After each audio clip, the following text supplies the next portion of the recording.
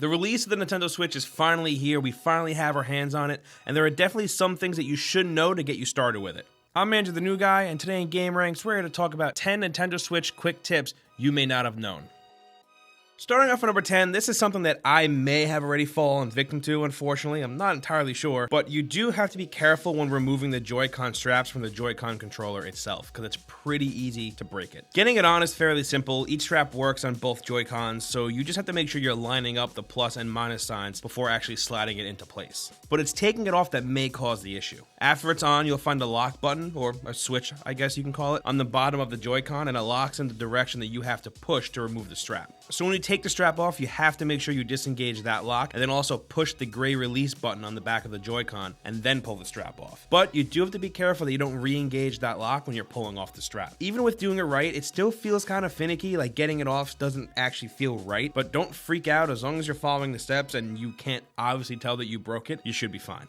And up next, at number 9, one cool thing you may not have known is that the Switch is actually region-free, which is cool for you because now you have access to more games. You can actually set up a second profile on your Switch and have that one attached to the Japanese eShop, and you can download and play all the games from there. So here's a quick rundown on how you'll do it. You'll have to go to my.nintendo.com/getting_started. And from here, you'll have to make a new account, and when it asks you for your country of origin, you have to put in Japan. And after you hit submit and verify your account, you'll then have to create a new profile on your Switch and tie that account that you just created to that profile. So once you open up the eShop, voila, you now have access to every game on the Japanese eShop. There are a few games and a few demos that aren't available in the North American eShop, and there are certain games on there that do have English support, so make sure you do your research before you start purchasing. And while this may not seem like a lot now, just think about the future. This is a whole nother outlet to get access to even more games. And next up at number 8, when you hold down the home button, it actually brings up a quick menu without closing out your game and returning you to the main menu. And here you can see your time and your battery level. You can also put the console into sleep mode, turn auto brightness on and off, put the console into airplane mode, and also adjust the brightness manually. This is a pretty neat little menu to have access to. Another quick tip, turning down your brightness a little bit if you can afford it is a pretty good idea, because if you turn it down a decent amount, but to the point where it's still playable, you can get another 30 to 45 minutes of playtime out of Breath of the Wild. And we all need as much of that precious Zelda time as we can get.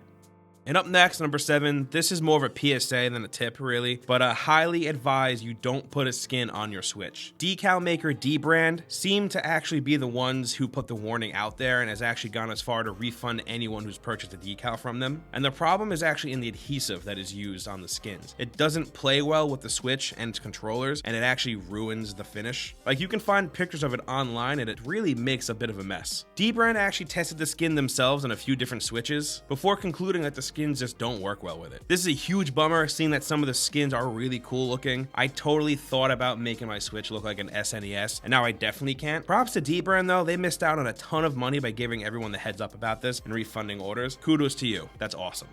Next up at number 6, we've all known for a bit now that you can share games that you bought with other players, but we finally have the details on how it works, and it is a bit limited. First off, if you have different profiles on your console, any games that were purchased on that console can be shared with every other profile. So that's cool. If your console is being played by multiple people in a household, you can all share the games that you all buy. But sharing between different consoles works a little bit different. There is some small print to look at. In order to play a digital game on another console, you have to deactivate the original console from being your active one, and then you have access to the game on the second console, and you can only play it on that console that is now the active one. So it is kind of a bummer how sharing works. It doesn't work exactly how we probably would have liked it to, but it's really not too much of a deal breaker. But at least you can share games that you purchase between the profiles on your console. I think that's a pretty neat thing to have. And at number 5, I'm sure you already know this, but the Switch supports microSD cards, but there are some little things that you may not have known about it. For one, the card sits behind the kickstand, which is kind of an odd place for it. So when the kickstand is out and being used, the card behind it is actually exposed, which bothers me a little bit, but then again, I am a crazy paranoid mess, so that is something that will bother me. And the Switch also supports high-capacity microSD cards that don't even exist yet, so that's pretty cool. Nintendo did future-proof the system in that aspect. One thing you definitely need to know though is that you can't share micro SD cards between different consoles. If you do try, the Switch will tell you that that card is being used with another console and you have to format the card to use it on a new one. You also can't copy game save files from the console to the card. Actually, you can't transfer your saves from the console at all. So you can't transfer your saves or back them up to anything. So don't lose your Switch, because if you do, you'll be losing all your saves. Next up at number 4, there's definitely some things you need to know about the charging situation with the console overall, Joy-Cons included.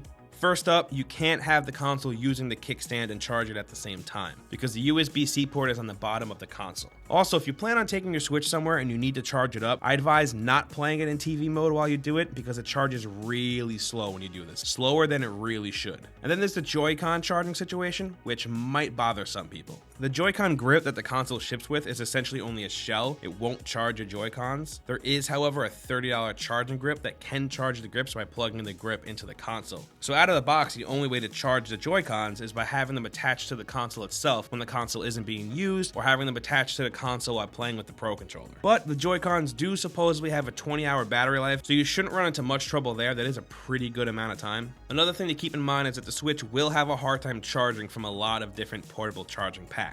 If you're charging it while it's in sleep mode, you shouldn't really have too much of an issue, but if you're going to be playing and charging at the same time, that's where you'll run into trouble. The Switch ships with a 15-volt power cable, so it's safe to assume the console needs at least in that range to actually get power. So you'll need a portable charger that has a higher voltage that can handle the 15-volt power cable. But like I said, if you're on the go, as long as you're charging it when it's in sleep mode, you really shouldn't have much of an issue. Up next, number 3, you might notice that going from handheld mode to TV mode, that the colors might look a tad bit washed out depending on the display that you're using. It's definitely more noticeable with Breath of the Wild, and you're definitely going to want to mess with the TV settings on the Switch and also mess with the settings on your display. On the Switch itself, I'd set your resolution from automatic to whatever your display's resolution actually is, and then change your RGB range from automatic to full range. But also make sure that your display is set to full range too, because if you don't, it's not going to work properly, and most displays are set to limited range by default. Then from there, you're going to want to head to your display settings and play around until you get a picture quality that works for you. And if your display has a low input lag HDMI input, I definitely recommend using that input if you don't already have another console utilizing it. So if you've been noticing a different picture quality between handheld and TV mode, I would definitely check it out and see if you can tweak it a little bit. Also, if your Switch is turning on your TV or stealing an input when you dock it, go back to TV settings on the console and turn Match TV mode to off. The default setting is on, so you definitely have to make sure you go in and look at it. This should solve that problem. And up next, number 2, the folks over at Glixel pointed this out, and this is something huge, and it's probably in your best interest to invest in a screen protector. If you head over to Glixel and check out their article about it, you can see that their Switch has gathered some pretty serious scratches on the bottom left-hand corner, and they're saying that it's from the dock. It's pretty easy to miss the USB-C port on the dock, so you do usually have to jiggle it until it clicks into place. And even if you do it carefully, you'll still eventually happen to scrape the console against the dock. So a screen protector is definitely a good idea if you don't want to scratch up your console. And if for some reason you can't get a screen protector right away, there are some quick fixes you can find online. Me personally, I laid a microfiber cloth on the inside of the dock so the front of the console has something besides plastic to go up against, and I think this will work until my screen protector comes in. So definitely be wary of when you put your console into the dock.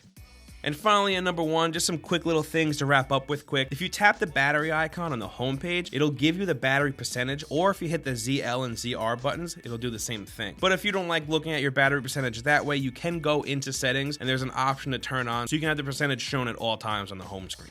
To get to that, you go to System Settings from the home page, and then once you're in that menu, you scroll all the way down to Settings, and you'll see it right there. And before you go and spend the $70 on a Pro Controller, do make sure to spend some time with the Joy-Con grip. It might not be as bad as you think. It's actually pretty good. Also, those really nice Bluetooth headphones you bought, I hope you're really excited to not use them because the Switch doesn't support Bluetooth headphones, which is a big miss, and I don't know how Nintendo let that slip by. It also can't use low impedance headphones without the help of an amp, so that's kind of a bummer too. And if you didn't know, your Joy-Cons do work with PC, Mac, and Android devices. And don't forget to register your physical games for Nintendo Rewards. You're going to hit the plus button while having the game selected, and you'll see exactly how to do it. So those are some quick tips that are definitely worth knowing if you picked up a Nintendo Switch or if you plan on getting one. But I want to hear from you guys. Meet me down in the comments. If there's anything I missed, please let me know. And if you have any other quick tips that you might want to share with a fellow commenter, go ahead and do it. And hitting that like button really helps us out. And if you didn't know, we put up videos like this every single day, and the best way to get them is with a subscription to the channel. And once again, I'm Andrew the New Guy, and I'll see you guys next time right here on gameranx.